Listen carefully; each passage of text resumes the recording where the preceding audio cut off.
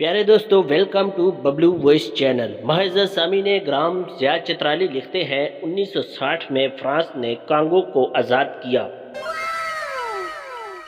बाद में उसने अपना सफ़ीर वहां तैनात कर दिया।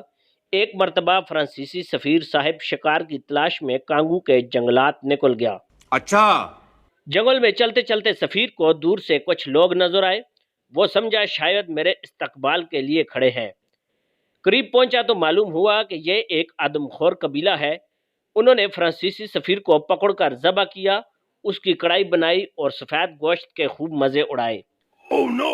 फ्रांस इस वाक़े पर सख्त बर्म हुआ और कांगो से मुतालबा किया कि वह सफ़ीर के वर्सा को कई मिलियन डॉलर खून बहा अदा करे। कांगो की हुकूमत सर पकड़ कर बैठ गई। खजाना खाली था, मुल्क में गुर्बत और कहत साली थी। बहरहाल कांगो की हुकूमत ने फ्रांस को एक खत लिखा जिसकी इबारत कुछ यूं थी: कांगो की हुकूमत मोहतरम सफ़ीर के साथ पेश आए वाक़े पर सख्त नादिम है। चूँकि हमारा मुल्क खून बहा अदा करने की इस्ताहत नहीं रखता, लिहाजा गौर व फिक्र के बाद हम आपके सामने ये तजवीज़ रखते हैं कि हमारा जो सफ़ीर आपके पास है, आप बदले में उसे खा ले। वस्सलाम।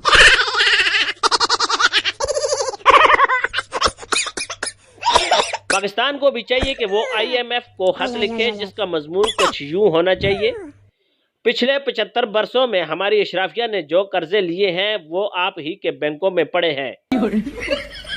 हम आपके कर्जे तो वापस नहीं कर सकते, लिहाजा गुजारिश है कि हमारी अशराफिया के बैंक बैलेंस, असासे और बच्चे मगरबी ममालिक में हैं, बदले में आप वो रख लें। इंज दे फिर इंज।